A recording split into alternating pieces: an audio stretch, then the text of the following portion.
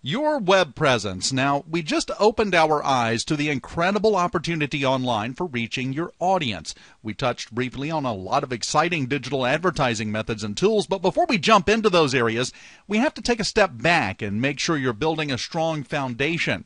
If we cover only social media promotion and search marketing without paying attention to your web presence, and yes, we're going to discuss the importance of a cohesive presence involving several websites, well, if we didn't do that, we would, in essence, be asking you to construct a skyscraper without a foundation.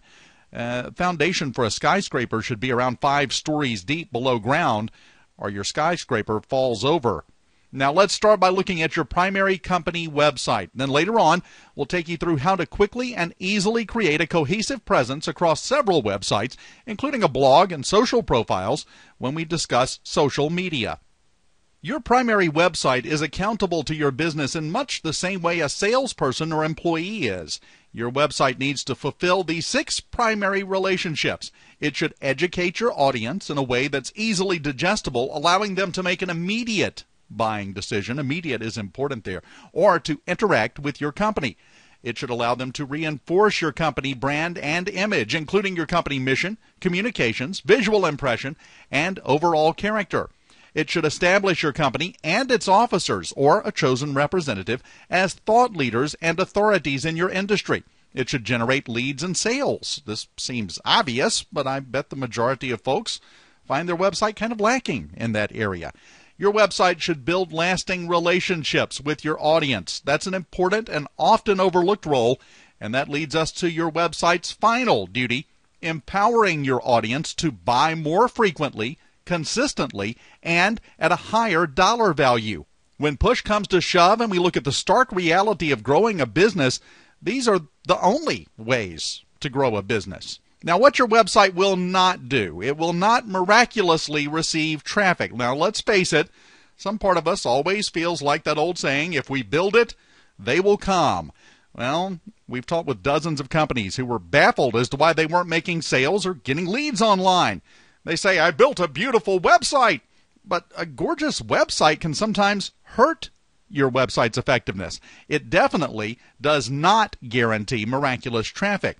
Your website will not replace personal attention and connection. Now, we're going to show you how to use your website and online tools to create a more personal connection with your customers and audience. It's important to note that just because your website will be interacting with your market doesn't mean that you don't have to. We're a strong proponent of personal connection between a company and its audience. Nothing, no matter how effective, can replace the bond created with solid customer service. It always goes back to the basics. Also, your website will not take the place of effective marketing and messaging.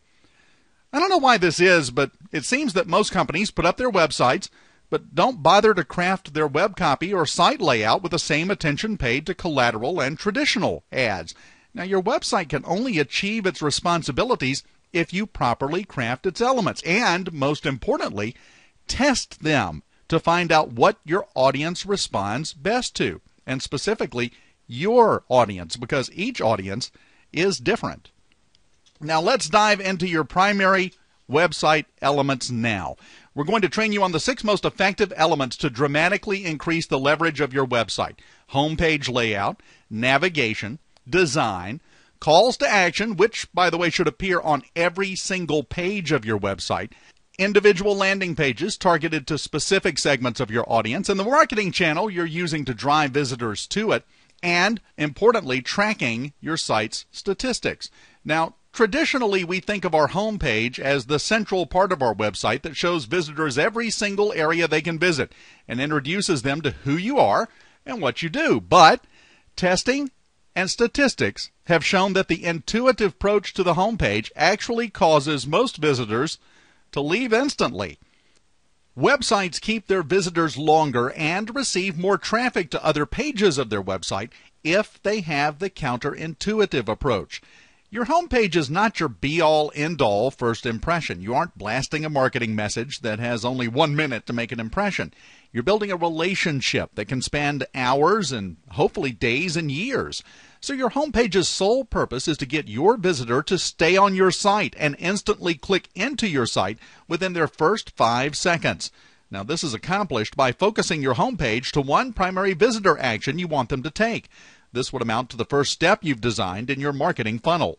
To hedge against alienating visitors who perhaps aren't interested in your primary action, you want to provide up to 3 more secondary actions. Now, what about your site navigation and all the other pages of your site? Don't worry, we're not telling you to erase all the content from your homepage except your primary and secondary actions. You can still have a menu that leads to your main pages, and we also encourage having a sidebar with email capture, collateral downloads, and more. We're just saying that the primary real estate on your homepage, the central area where your welcome message appears, should be used for your primary and secondary actions and nothing else. Site navigation is much more than just the menu bar on your website. It's a progression through your site that should match your visitor's natural psychological processes that addresses his core objections, fears, questions, and benefits that they have or desire. Now again, what is counterintuitive will often be more effective than you might think. In this case, we assume that site navigation should be the responsibility of our website designer. Well, that can be possible if your web designer is also a professional online marketer or works with a marketer who can guide them. However, in most cases, you need to tackle your site's navigation and progression yourself. Here's an easy way to lay out your website and design its navigation for optimum effectiveness and increased sales or leads. Even if you already have a website, by the way, it's worth the time and effort to reorganize it according to the following steps. First, you want to see your site through your visitors' eyes. The first cardinal rule is that your website needs to speak to your visitors about them, their interests, and their needs. Your website is not about your company. It's about your visitor and how your company fixes their problems, serves their needs, and improves their life or business. So start out by getting clear on who your visitor is. You may have more than one core visitor type, such as customers, investors, and the press, or more than one core niche of your audience that you need to address. For example, if you sell information on reducing medical expenses and securing effective medical care, large responsive niches would be the elderly, cancer patients, and chiropractic patients with back and neck pain. We'll go into more detail when we cover landing pages about how to specifically target these separate visitor types, but first, you have to identify who they are. You can do this by looking at your website statistics, surveying your current customer base, and other market research, which we'll also cover in more depth a little bit later. Now, second, once you know who your core visitor is, the next step is to map out the natural psychological process of that visitor. This is the key that would result in a sale or a lead. Now, we've provided a worksheet to help you map this out. Don't worry about doing it now, though. You'll be able to take your workbook home and work through it. Just write down any ideas that come to you as we go along, and then we'll flesh it out for you later. Now, third, and finally, you want to make sure you've accounted for your visitors' objections, fears, questions, benefits, and desires as they move through the natural buying process. This means that, according to your experience, if a prospect often has a particular objection after you've covered certain information or features of your offering, then be sure to address that objection at the same time that you present that information on your website, either as a link to more information or right there on the page's content. Now, once you have established the proper progression that your visitors take through your site, the next step is to design that process so that your visitors follow it naturally, and therefore they're more likely to purchase because they've gone through the optimized buying process. The variety of ways you can accomplish this could fill up a week of these videos, so let's just hone in on the key things you need to consider when designing the overall layout and graphics of your website. Number one, make sure your main site menu navigation links to the core categories of your site, such as services, results, products, and things like that. Number two, make sure you have your primary action in the main navigation as well. Something like get started or free consultation, or you can push a special promotion like a free trial, for example. Anything like that should go in your main navigation. And third, and most importantly, write each page's content with the next step in mind. For instance, let's say that you sell credit repair services. The first question that's likely going to enter your prospect's mind is is this a reputable company to work with?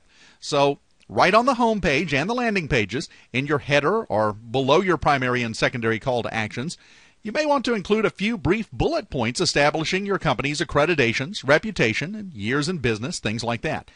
Now, let's say the primary action you want them to take is to sign up for an introductory package or a free trial.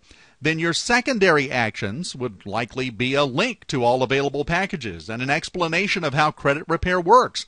Once your visitor starts learning about how credit repair works, their next question may be, so why not do it myself? So you'll want to include that objection and your response to that objection on that page. Or bring it up and link to a page with your explanation, maybe part of your frequently asked questions area, for example. Your website's look and feel. Now, this is the only area of site design most companies concentrate on, and unfortunately, it's the one they usually get wrong.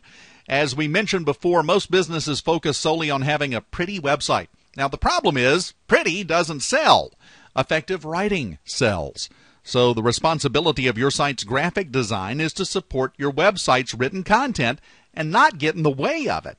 Now, what this means is you want to determine how you want your visitors to feel while they're on your website. What experience do you want them to have?